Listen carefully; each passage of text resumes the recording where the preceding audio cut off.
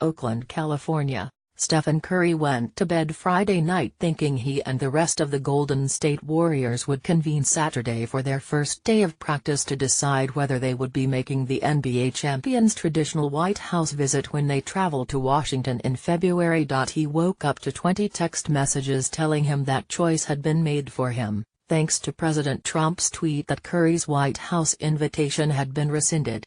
"It's surreal, to be honest," Curry said after that practice had concluded at the team's facility in downtown Oakland. "I don't know why he feels the need to target certain individuals, rather than others. I have an idea of why, but it's kind of beneath the leader of a country to go that route. That's not what leaders do." In between Curry's meeting with the media Saturday afternoon and his impassioned defense of why he would be voting against a possible White House visit 24 hours earlier, plenty had happened. The combination of President Trump both attacking NFL players for failing to stand during the national anthem at a political rally in Alabama on Friday night and his tweets about Curry and those same NFL players Saturday morning had unleashed a torrent of responses condemning his actions from the sports world. One of the first to speak up was LeBron James, who called Trump a bum in a tweet and later posted a video on Uninterrupted with his expanded thoughts on the matter. "We all know how much sports brings us together," James said. "For him to try to use this platform to divide us even more is not something I can stand for and not something I can be quiet about." James wasn't alone. Chris Paul, the president of the National Basketball Players Association, sent a pair of tweets attacking Trump for his stance. Curry's teammate, Draymond Green, asked in a tweet of his own, "Still wondering how this guy is running our country," while Green Bay Packers tight end Martellus Bennett fired off a series of tweets on the matter.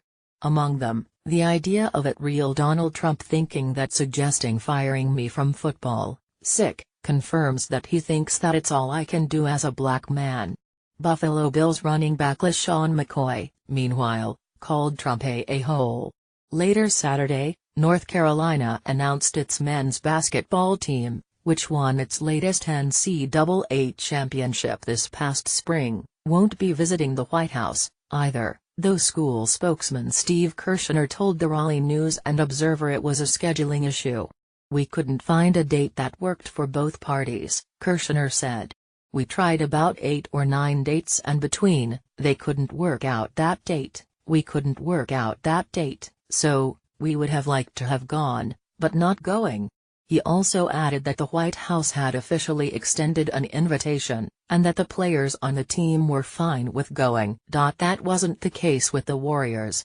While General Manager Bob Myers said that he'd had extensive conversations with at least one White House representative about a possible visit and had planned to circle back and discuss the matter further after the planned meeting Saturday morning, there was no longer a need to after Trump's tweet. Before the team finished practice Saturday, it released a statement saying it was disappointed it hadn't been given the chance to discuss its decision before Trump made it for them, but that when they come to Washington to play the Wizards on February 28, in lieu of a visit to the White House, we have decided that we'll constructively use our trip to the nation's capital in February to celebrate equality, diversity and inclusion, the values that we embrace as an organization.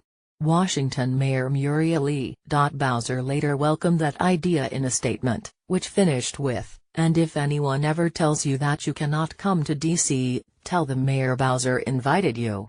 NBA Commissioner Adam Silver later put out a statement of his own, saying that he had been in favor of the players making the White House visit to speak their minds directly with the president and was disappointed that wouldn't be happening, but that more importantly, "I am proud of our players for taking an active role in their communities and continuing to speak out on critically important issues." The league's Players Association responded in kind. Warriors coach Steve Kerr, meanwhile, said he learned about what happened much like Curry, when his wife tapped him on the shoulder in the morning. "I was half asleep, and she said, 'There it is,'" he said with a smile. But Kerr, who has never been shy about his own political beliefs, couldn't help getting in a few subtle jabs during his media availability. "I was not surprised," Kerr said of Trump's tweet. "He was going to break up with us before we could break up with him. That's the way it goes. Then, when he was asked if recent events in Charlottesville, along with Trump's reaction, played any part in how he or Hi